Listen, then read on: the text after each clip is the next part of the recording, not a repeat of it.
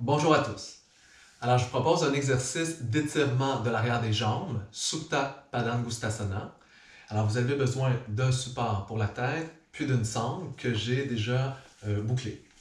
Alors, je vous invite à vous mettre sur le dos, vous installer confortable au niveau du support, et pour l'instant, vous devez garder les jambes pliées. Alors, j'aime bien débuter en retrouvant son souffle, un souffle le plus naturel possible. Alors, c'est une respiration qui est dans le ventre, qui est douce et sans effort. Maintenant, je vous propose de débuter avec la jambe droite. Alors, vous allez prendre la sangle et vous allez agripper le pied, comme ça. On peut le prendre juste sous la base des orteils. Et là, il faut bien placer le pied, c'est d'avoir la cheville droite. Donc, de regarder si c'est équilibré des deux côtés, d'avoir une certaine activité dans les orteils, d'ouvrir en quelque sorte le pied, de le rendre actif, vivant. Et là, on va ajuster ici la longueur de la sangle, de sorte que lorsque je passe mes bras dans la sangle, juste le fait d'être suspendu dans la sangle, ça fait le travail. Alors comme ça, je peux en quelque sorte reposer le haut de mon corps.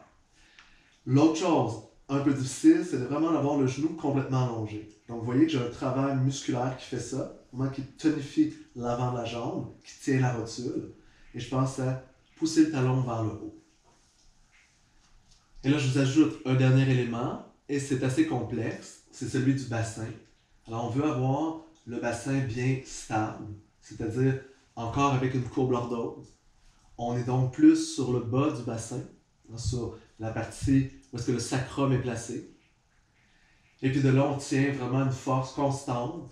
Je trouve que 90 degrés, c'est un bel objectif, mais si votre genou est plié, eh bien, il faut descendre pour vraiment pouvoir allonger le genou.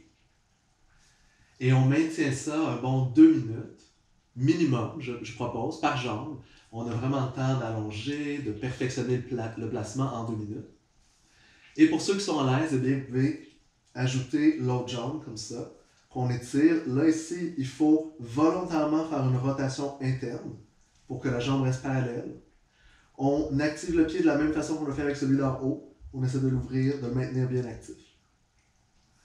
Et là, il faut rester bien attentif à tout ce qui se passe dans les jambes. On veut rester actif, très énergique dans les jambes, donc très musculaire, mais trouver un certain repos dans le souffle, dans le visage, en fait, dans le haut du corps.